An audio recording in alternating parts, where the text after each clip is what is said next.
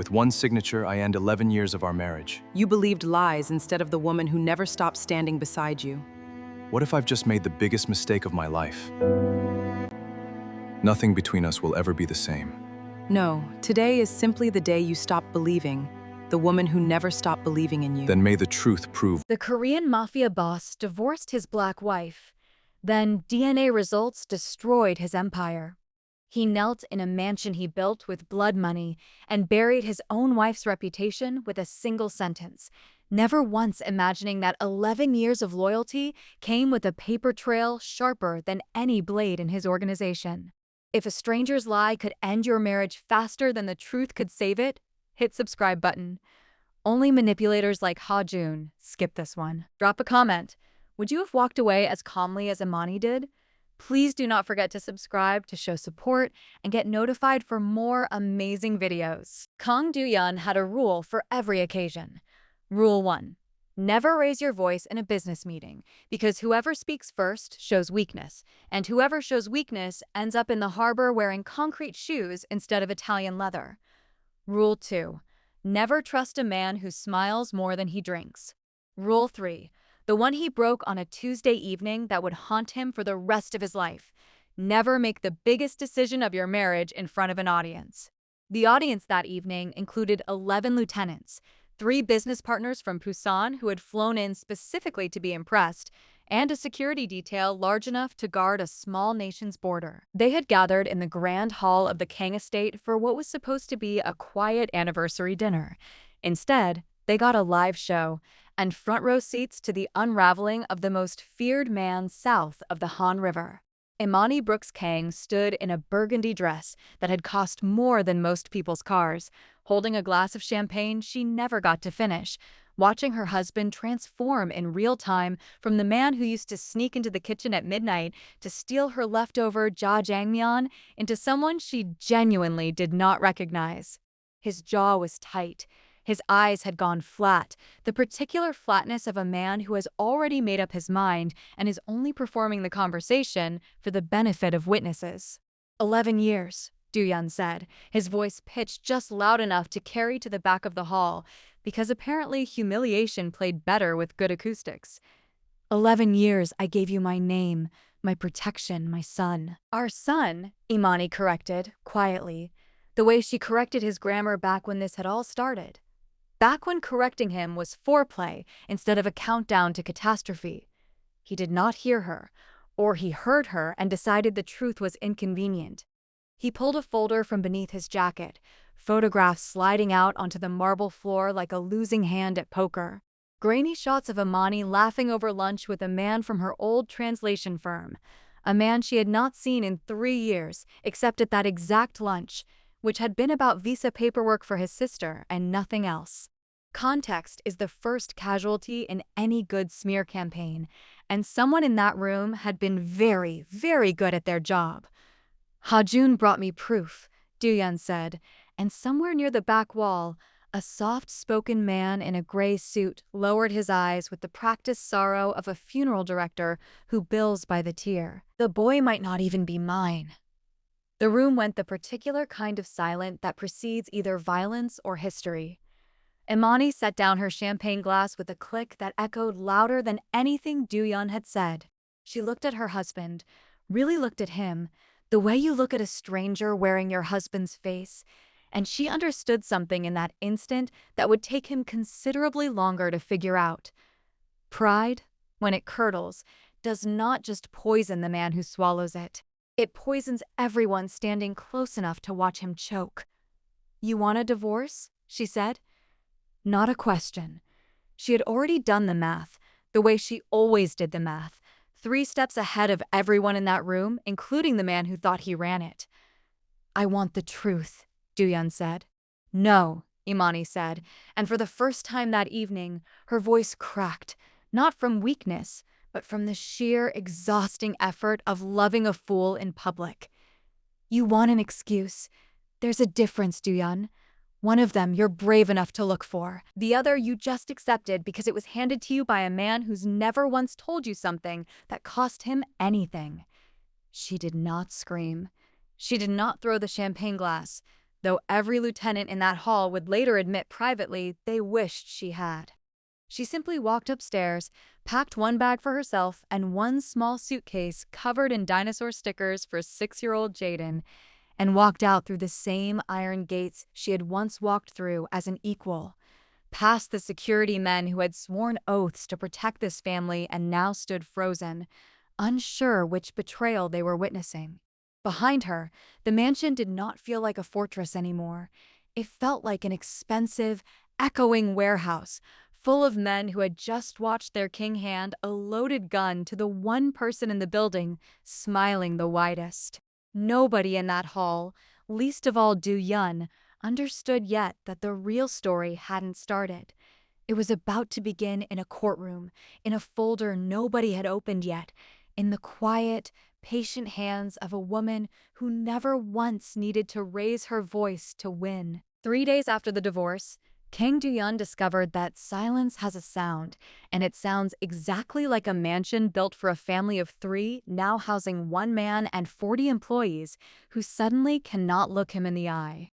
He sat in his study that used to double as Jaden's fort during rainy afternoons, staring at a chessboard Imani had bought him as a joke gift because, in her words, he already thought he was playing chess with everyone in his life.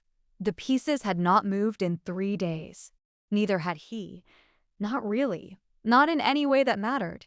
Ha-jin entered without knocking, the way trusted men do, right up until the moment they stop being trusted. He carried a tablet and the same gentle, apologetic expression he had worn while handing over the photographs. An expression Do-yun was only beginning to understand was less about grief and more about rehearsal. "The Pusan partners are asking questions," Ha-jin said, "about stability, about whether the organization can function without a settled house." "Tell them the house is settled," Do-yun said. "Tell them I settled it myself."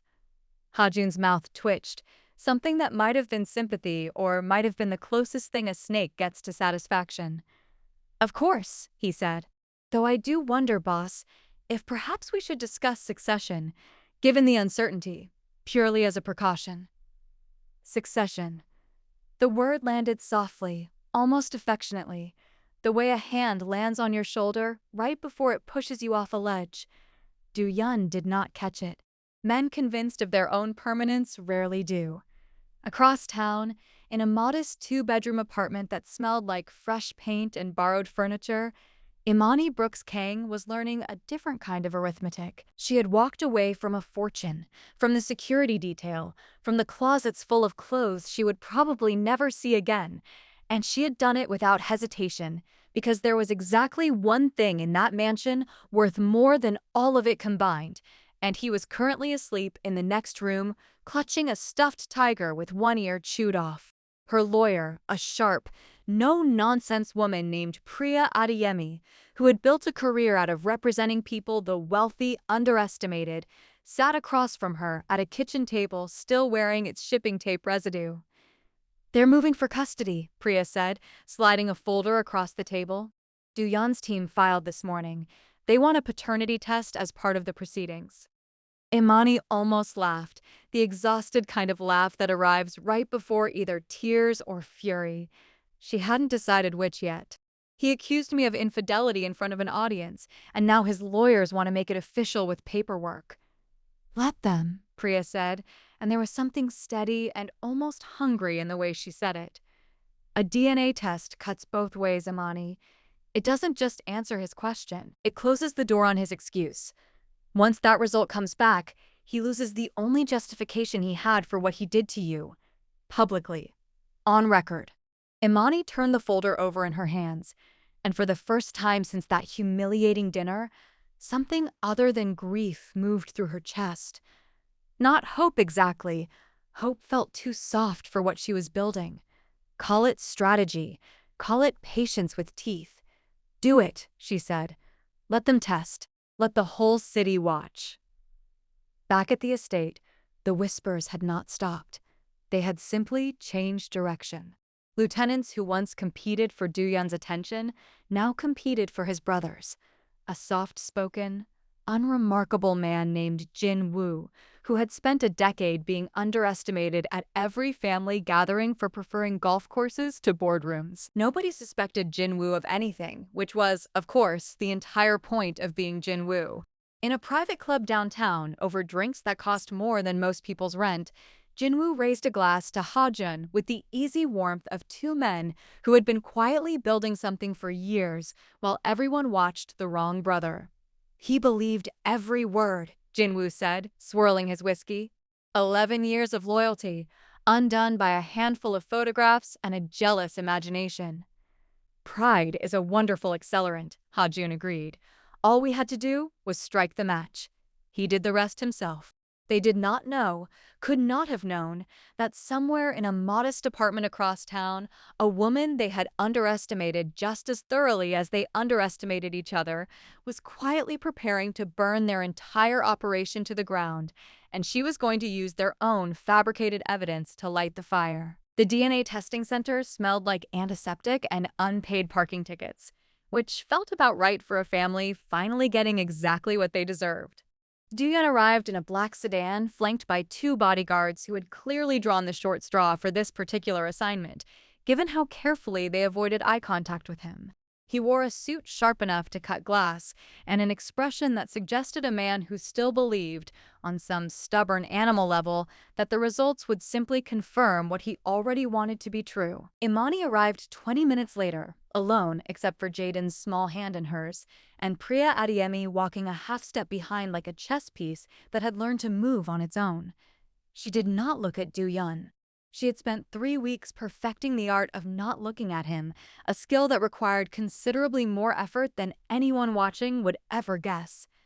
"Mommy, is Daddy sick?" Jaden asked, tugging her sleeve as they walked toward the testing room. 6 years old and blissfully unaware that the grown-up world had turned his entire existence into evidence. "No, baby," Imani said, crouching to fix his collar with hands that did not shake, though it cost her something to keep them still. "Grown-ups just need to check some things sometimes. It doesn't hurt. It's just a little swab, like brushing your teeth, but in your cheek." Do-yun watched this exchange from across the waiting room and felt something crack quietly in his chest, a hairline fracture in the wall of certainty he had built around himself since that humiliating dinner. His son laughed at something Imani whispered, an easy, unguarded laugh that Do-yun had not heard directed at him in weeks. The swabs were taken. The results, Priya informed everyone crisply, would take 4 to 6 weeks through the court's chosen laboratory. No exceptions, no expediting for wealthy fathers with impatient tempers. Do-yun opened his mouth to argue, closed it again, and simply nodded, because for once in his life, money and menace bought him absolutely nothing. 4 weeks became a slow unraveling in the Kang household that nobody could quite name. Jin-woo visited more frequently, always with a bottle of something expensive and a story about how the organization needed steady hands during this uncertain period. Ha-jun sat in on meetings he had no formal reason to attend, offering gentle, mournful advice that always seemed to end with Do-yun trusting his own instincts a little less. "You should consider," Ha-jun said one evening, refilling Do-yun's glass without being asked, "whether it's wise to let her keep the boy at all, regardless of what the test says. A woman capable of that kind of deception, boss, what else might she be capable of?"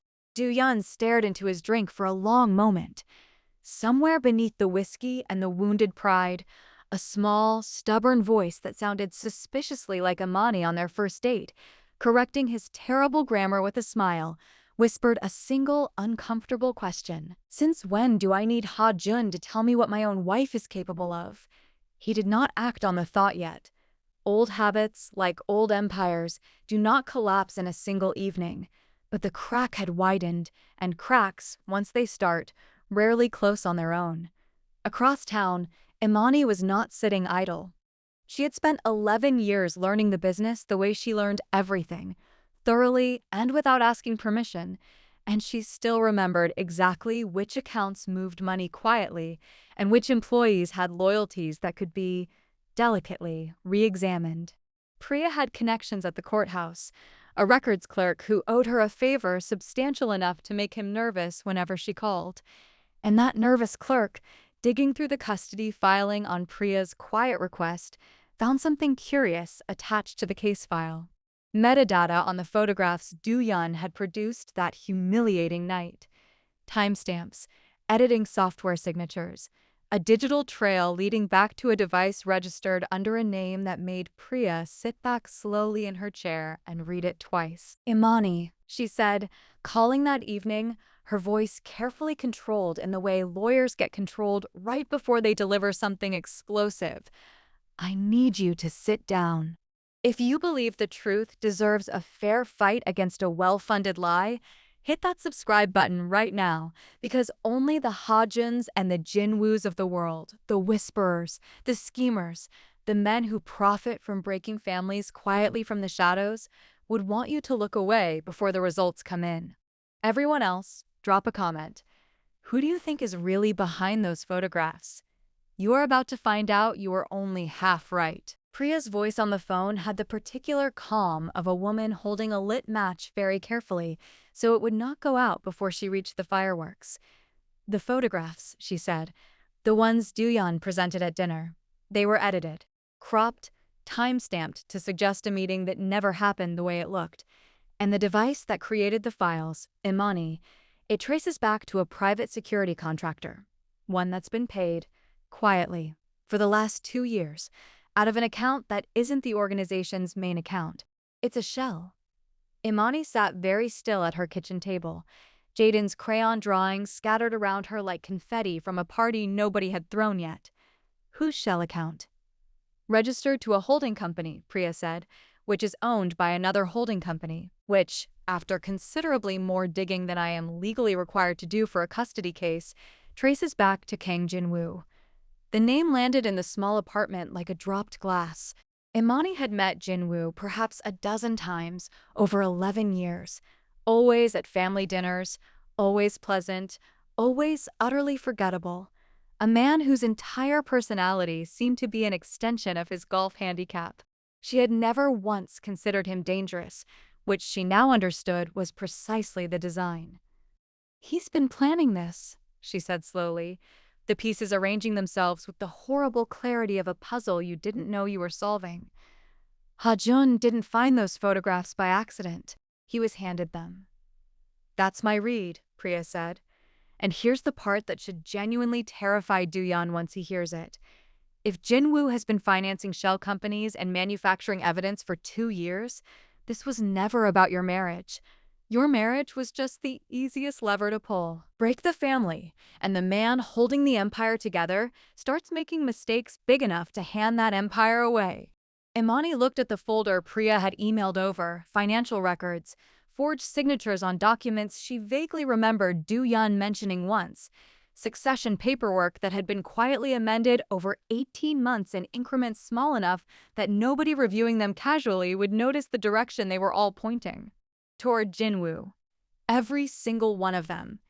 She thought about the dinner, about Do-yun's flat eyes and Ha-jun's mournful gray suit, and how easy it had been for one whispered lie to unmake 11 years, and something that had been sitting heavy and cold in her chest since that humiliating night finally shifted into something else. Not less painful, but considerably more useful. I want a meeting, Imani said. Not with Do-yun's lawyers. With Do-yun. Priya was quiet for a beat. That's not standard procedure for a custody case. Neither is being framed by your brother-in-law so he can steal a criminal empire, Imani said. Set it up. The meeting happened 2 days later, in neutral territory, a private room at a restaurant that had clearly been chosen because it was expensive enough that nobody would dare cause a scene. Do-yun arrived first, looking thinner than Imani remembered. The particular thinness of a man who has spent several weeks chewing on his own certainty and finding it did not taste the way he expected. The test results aren't back yet, he said, before she had even sat down, as though bracing himself against whatever accusation he assumed was coming. I'm not here about the test, Imani said, sliding the folder across the table with the same unhurried calm she had used to sign the divorce papers weeks earlier. I'm here about who wanted us divorced badly enough to fake the reason. She watched his face while he read. watched the confusion arrive first, then the disbelief, then something much slower and much worse. Recognition. He flipped through the timestamps, the shell company documents, the succession paperwork amended in careful, patient increments over 18 months. His hands, Imani noted, were not nearly as steady as hers had been that night in the grand hall. Jin-woo, he said, barely above a whisper, the name tasting like something rotten in his mouth. My own brother. The man you trusted enough to leave in charge of the estate while you humiliated me in front of 40 witnesses, Imani said, and she did not raise her voice, because she had learned a long time ago that she never needed to. Ha-jun didn't find those photographs, Do-yun. He was handed them by family. While you were busy signing away your marriage, somebody was signing away your empire. Do-yun sat back slowly, the folder trembling almost imperceptibly in his hands, and for the first time since that terrible night, Imani watched the mask of the untouchable sole crime boss crack all the way through, revealing something underneath that looked, for once, genuinely and completely afraid. Fear did not look the way Do-yun expected it to feel from the inside. He had spent 11 years watching other men wear it, the sweating, the stammering, the sudden willingness to confess anything to make the discomfort stop. He had always assumed fear was loud. Sitting in that private dining room with his brother's betrayal laid out across the table in neat, damning rows, he discovered fear was actually very, very quiet. It simply sat in your chest like a stone and refused to move. How long have you known? He asked, and his voice came out smaller than he intended. I've known for 2 days, Imani said. You've had a decade to know your own brother. That's not a question for me, Do-yun.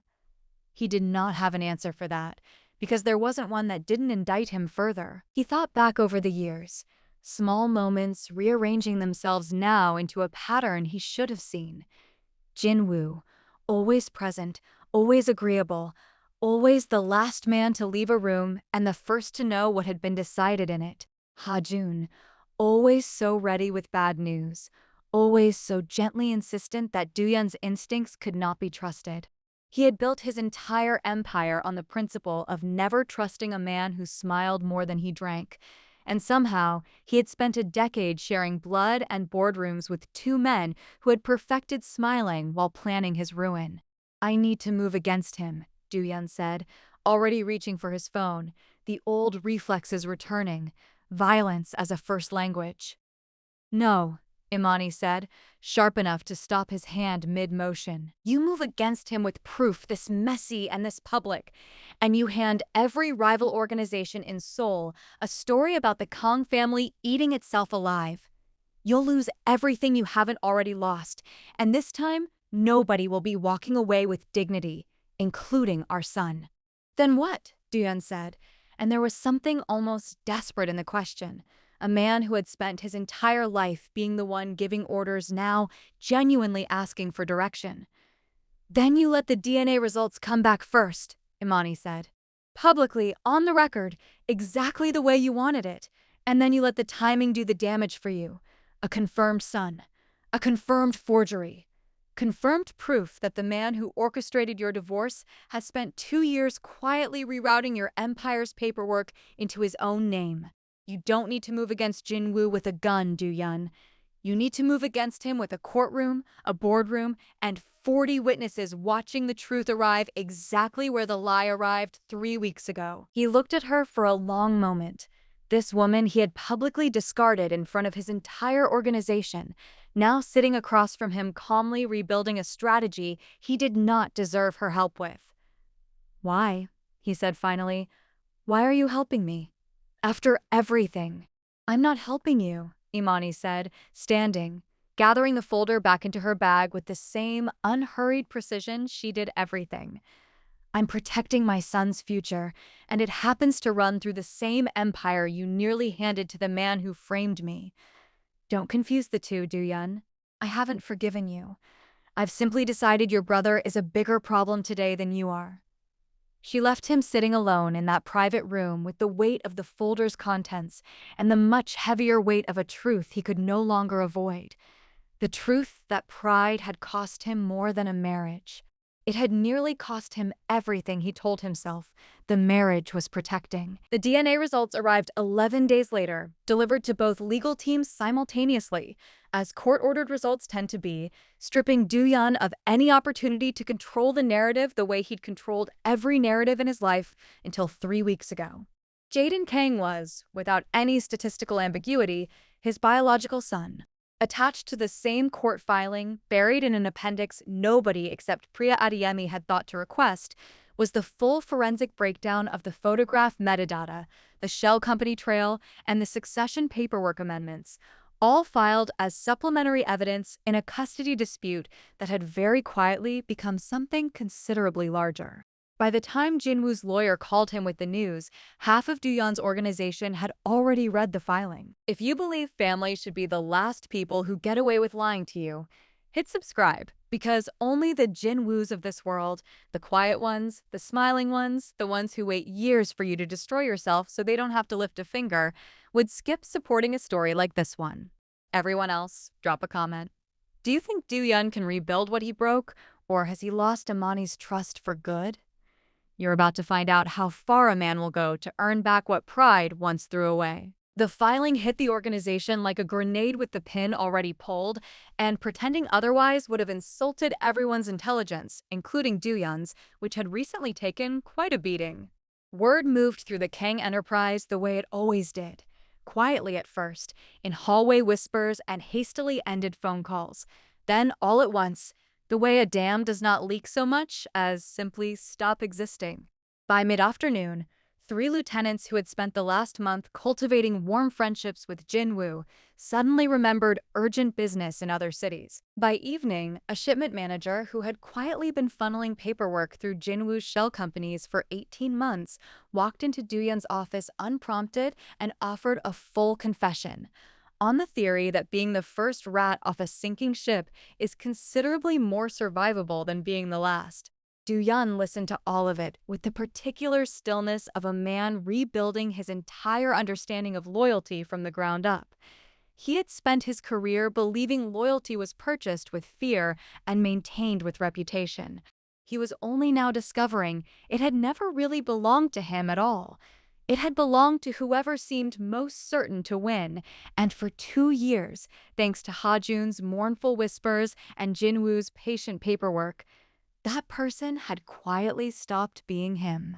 "You should see this," Priya said, sliding a tablet across Do-yun's desk 2 days after the filing went public. He had agreed, reluctantly and against every professional instinct he possessed, to let Priya coordinate directly with him rather than through lawyers, on the theory that the fastest way to contain Jinwoo's damage was to stop treating Imani's legal team like the enemy. Jinwoo's been making calls, trying to consolidate what's left before people stop taking his calls entirely. The footage, pulled from a security contact Priya had cultivated inside one of the shell companies, showed Jinwoo in a private club booth, no longer relaxed, no longer golfing, sweating through an expensive shirt while he tried to convince 2 increasingly unconvinced lieutenants that the forensic evidence had been fabricated by his brother's vindictive ex-wife. The word ex landed on Do-yun harder than he expected, given that he was the one who had made it true. "He's panicking," Do-yun said. "He's dangerous," Priya corrected. Panicking men with 2 years of careful planning and nothing left to lose tend to stop being careful and start being desperate. "You need to move before he does something that isn't paperwork." Do-yun called a meeting of the full organization for the following evening at the estate, the same grand hall where he had ended his marriage in front of 40 witnesses. There was a certain brutal symmetry to holding this reckoning in the same room, and Imani, when he told her his plan over the phone, agreed to attend for exactly one reason. "I want Jaden's name cleared in the same room it was dragged through the mud," she said. "Not for you, for him. Someday he's going to hear about this, Do-yun, and I want the true version to be the loudest one in his memory." The hall filled that evening much as it had a month earlier, lieutenants and partners and security in near identical formation. though the mood had curdled from celebration into something closer to a held breath. Imani arrived not as a spectator, but as a presence, seated near the front with a composure that made several men in that room reconsider every assumption they had made about her over the last decade. Do-yun stood where he had stood before, and this time when he spoke, his voice did not carry the practiced menace of a man performing for an audience. It carried the flat, exhausted honesty of a man who had run out of pride to hide behind. "A month ago, in this room," he said, "I made the worst decision of my life, based on evidence I never bothered to question, handed to me by people I trusted more than my own family." His eyes found Ha-jun, standing near the back wall in his familiar gray suit, the mournful expression already sliding into something closer to calculation. "That evidence was fabricated. My son is my son. My wife was never unfaithful.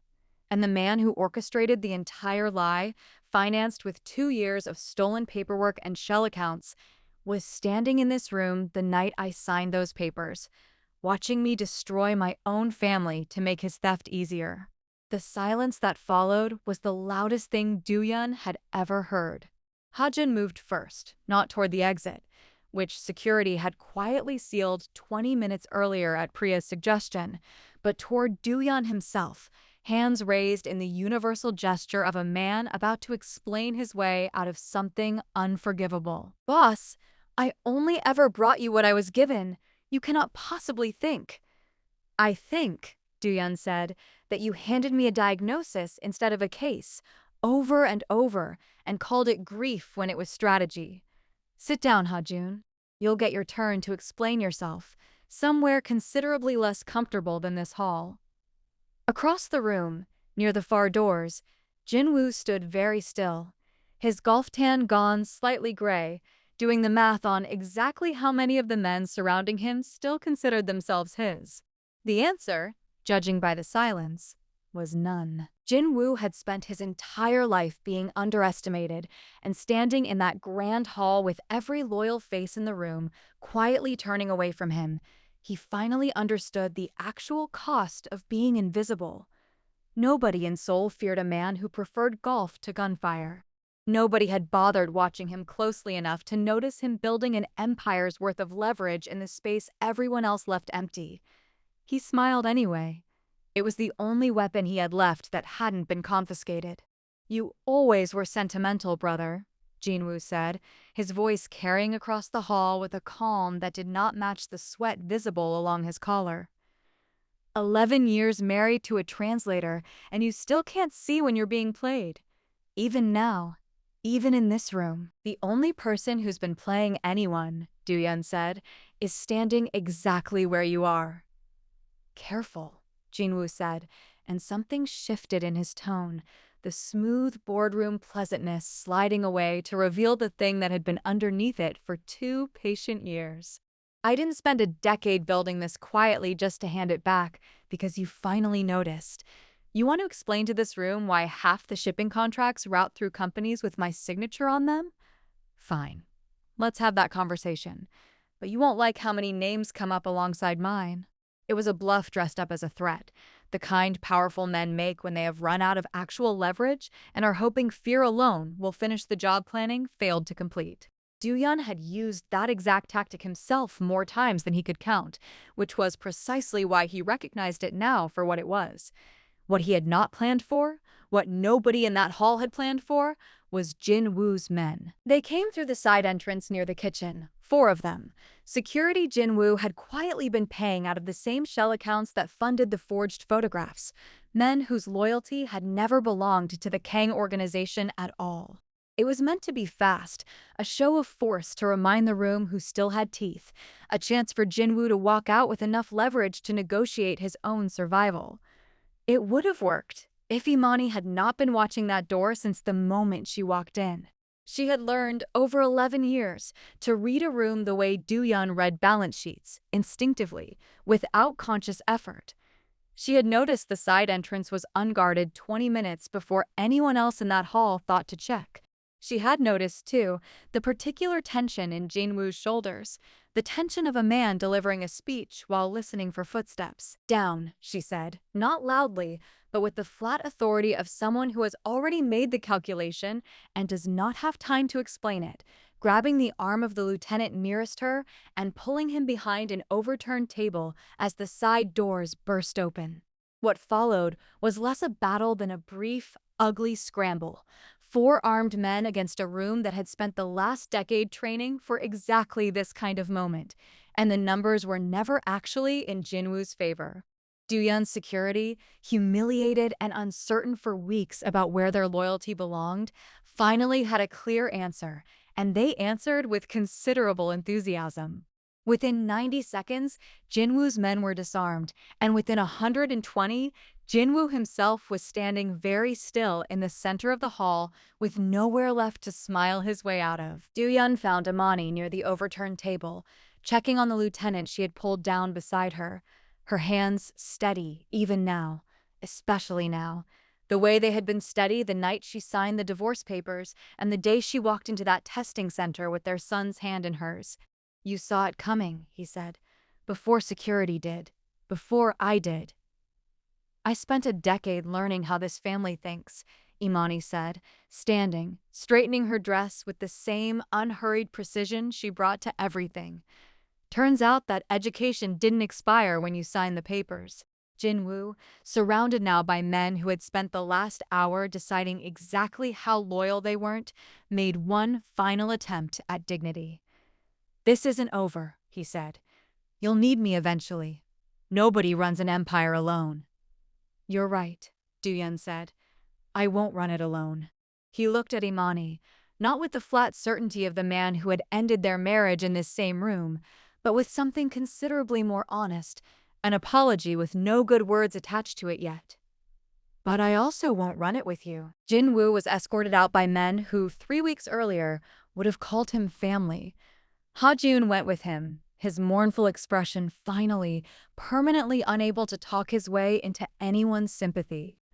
What happened to them afterward was handled the way these things were handled in Do-yun's world, quietly, thoroughly, and with a finality that meant Seoul's underworld had one fewer cautionary tale walking around free to tell it. The hall slowly emptied. Lieutenants filed out, murmuring the particular relieved chatter of people who had just watched a coup fail and were recalculating exactly how loyal to sound going forward. Do-yun and Imani were left standing nearly where they had stood a month earlier, in the wreckage of an anniversary dinner that had become something else entirely. "I don't expect forgiveness," Do-yun said. "I know I don't get to stand here and pretend 11 years erases one night." "No," Imani agreed. "You don't." She let the silence sit for a moment, long enough that Do-yun braced himself for the rest of it, the part where she walked out those doors permanently this time. "But Jaden asked me last week when he gets to see his father again. I didn't have a good answer for him. I'd like to have one now." It was not forgiveness. Do-yun understood that clearly, understood it with the same precision he applied to every negotiation he had ever survived. It was an opening, narrow and conditional, the kind you did not get twice if you wasted it. "Then let's find one together," he said. "Slowly. However long it takes." 3 months later, the Kang organization looked different, quieter, steadier, run now by a man who had learned the difference between loyalty bought with fear and loyalty earned with honesty, a lesson that cost him considerably more than it should have. Imani had not moved back into the mansion. Not yet. Maybe not ever. But she came by 3 times a week to pick Jaden up from the garden where he'd started collecting rocks that Do-yun, without being asked, had begun sorting into labeled jars. On a Tuesday evening in early spring, Imani stayed for dinner for the first time since the divorce, not because everything was forgiven, but because some evenings deserved a chance to be ordinary again. Jaden fell asleep on the couch between them halfway through a movie. Neither adult was really watching, and Do-yun looked at his wife across their son's small, sleeping shape with the particular quiet gratitude of a man who understood, finally and completely, that some empires are worth nothing at all if you burn down the only family that made them worth building in the first place. If you believe people deserve a real second chance when they've earned it honestly, hit subscribe, because only the Jin Woos and Ha Juns of the world, the ones who profit from other people's broken trust, would tell you redemption isn't real. Everyone else, drop a comment. Do you think Do-yun deserves the second chance Imani is giving him? Either way, thank you for staying until the very end of this one. Thank you for watching. This is Elite Mob TV. Do not forget to like, share, and subscribe as we bring you real entertainment that will worth your while.